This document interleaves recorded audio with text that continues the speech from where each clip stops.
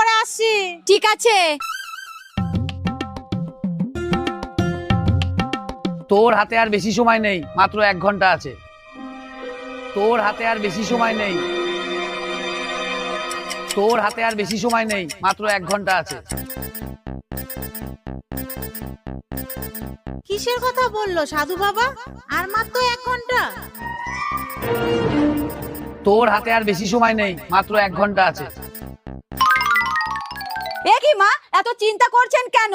কি হয়েছে? তুমি চলে আসার পরে সাধু বাবার সাথে দেখা হয়েছিল, বললো তোর হাতে আর বেশি সময় নেই, মাত্র 1 ঘন্টা আছে। কিন্তু কেন বললো সেটাই বুঝতে পারছি না। তুমি আসো, আসো আমার সাথে। মা, আপনি খাটের নিচে ঢুকুন।